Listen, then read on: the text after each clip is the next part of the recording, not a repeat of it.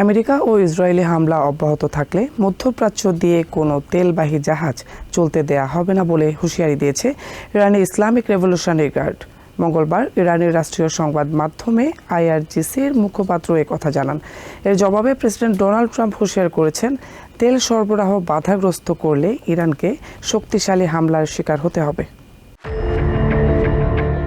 বিশ্বের অন্যতম গুরুত্বপূর্ণ তেলের রুট হরমুজ প্রণালী এখন যুদ্ধের মূল কেন্দ্রবিন্দুতে।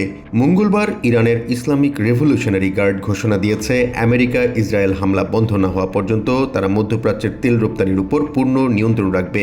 এছাড়া প্রেসিডেন্ট ট্রাম্পের যুদ্ধ শেষ করার প্রতিশ্রুতিকে বাজে কথা বলে উড়িয়ে দিয়েছে IRGC।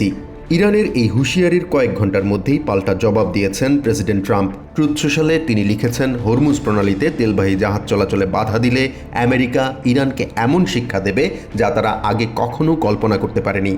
And if Iran does anything to do that, they'll get hit at a much harder level. I will take out those targets that were easy. এদিকে ইসরায়েল তাদের যুদ্ধের লক্ষ্য আরও স্পষ্ট করেছে। ইসরায়েলের প্রধানমন্ত্রী বেঞ্জামিন নেতানিয়াহু জানিয়েছেন, তাদের মূল লক্ষ্য হল ইরানের বর্তমান শাসন ব্যবস্থার পতন ঘটানো। যুদ্ধের এই ভয়াবহ প্রভাবে বিশ্ব অর্থনীতিতেও অস্থিরতা দেখা দিয়েছে।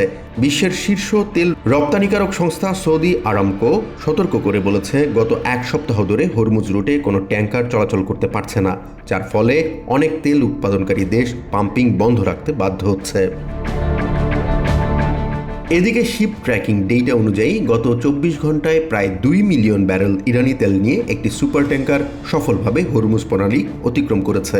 রয়টার্স জানায়, কুমা নামক একটি সুপার ট্যাঙ্কার 9 মার্চ হরমুজ প্রণালী পার হয়েছে। আমেরিকার নিষেধাজ্ঞার তালিকায় থাকা গায়ানার পতাকাবাহী এই জাহাজটির গন্তব্য হিসেবে চায়নার নাম উল্লেখ করা হয়েছে। এদিকে মঙ্গলবার পেন্টাগন এবং সেন্ট্রাল কমান্ডের পক্ষ থেকে এক বিবৃতিতে জানানো হয়, হরমুজ প্রণালীর কৌশলগত জলপথে মাইন স্থাপনের চেষ্টা রুখে দিতে তারা বড় ধরনের অভিযান চালিয়েছে। এই অভিযানে 16টি ইরানি জাহাজ ধ্বংসের দাবি করা হয়। এরই মধ্যে ট্রুথ সোশ্যালে ট্রাম্প ইরানকে হরমুজ অঞ্চল থেকে সব ধরনের মাইন তুলে নেওয়ার নির্দেশ দিয়েছেন। মাইন সরিয়ে না নিলে ইরানের বিরুদ্ধে আরও কঠোর পদক্ষেপের হুঁশিয়ারি দেন তিনি।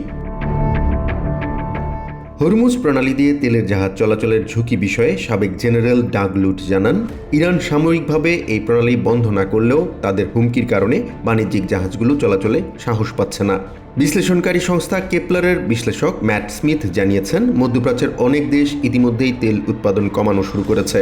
এর কারণ হলো তারা তেল রপ্তানি করতে পারছে না এবং তাদের তেলের মজুদ রাখার জায়গা ফুরিয়ে আসছে। কূটনৈতিকভাবে এই সমস্যার সমাধান না হলে বিশ্ব অর্থনীতি এক ভয়াবহ সংকটের মুখে পড়বে বলে আশঙ্কা জানান তিনি। জাহান মিথুন, TVN 24 নিউজ ডেস্ক।